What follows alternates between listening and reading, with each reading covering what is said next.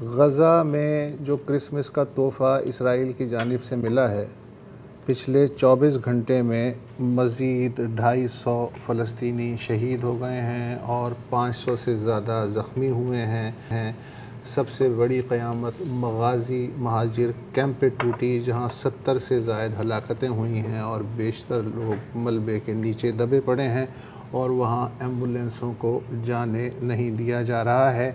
اس اعتبار سے آج کرسمس کے دن جو شہداء کی تعداد ہے وہ 20,700 ہو گئی ہے، یعنی 21,000 سے کچھ کم، اور 55,000 زخمی ہیں۔ غزہ کی وزارت صحت کے ڈائریکٹر جنرل اسماعیل النواسی کا کہنا ہے کہ 9,000 زخمیوں کو بچایا جا سکتا تھا اگر اسپتالوں کو نشانہ نہ بنایا جاتا۔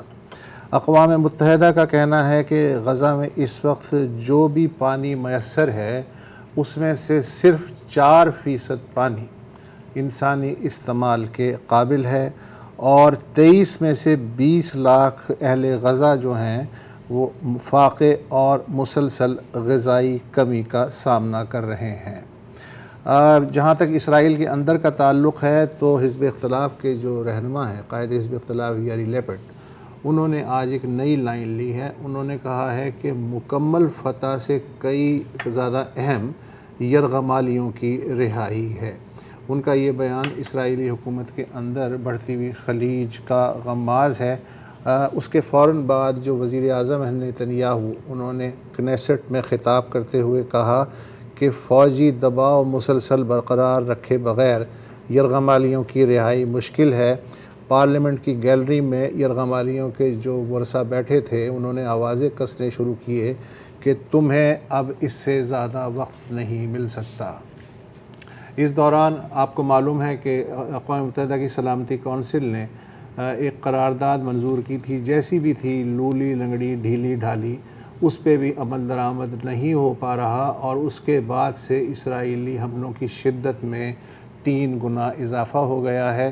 البتہ مصر اور قطر نے مل کے ایک نیا امن پلان پیش کیا ہے، جس پہ حماس اور اسرائیل جو ہیں وہ اس وقت غور کر رہے ہیں۔ پلان کا جو موٹے موٹے نکات ہیں وہ یہ ہیں کہ اب 7 دن سے 10 دن کے درمیان کی جنگ بندی ہو، جس کے دوران فلسطینی قیدیوں کے بدلے تمام سویلین یرغمالیوں کو رہا کر دیا جائے۔ دوسرے مرحلے میں مزید فلسطینی قیدیوں کی رہائی کے بدلے اسرائیلی خاتون فوجیوں کو رہائی جو ہے وہ عمل میں آئے۔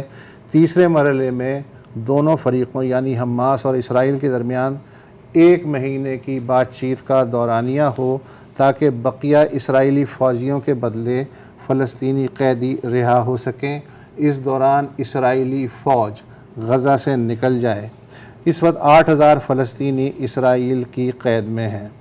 اس کے علاوہ اس پلان کے مطابق جنگ بندی کے دوران اس بات کی پوری کوشش ہوگی کہ کسی طرح حماس اور فلسطینی اتھارٹی یعنی PLO کے درمیان کوئی ورکنگ ریلیشن شپ قائم ہو سکے، اور اس کے نتیجے میں غزہ میں ایک عارضی غزہ اور غرب اردن میں ایک عارضی ٹیکنوکریٹک انتظام جو ہے عمل میں آئے، جو الیکشن تک جو ہے معاملات چلائے۔ اب دیکھنا یہ ہے کہ اس امن منصوبے کا کیا بنتا ہے۔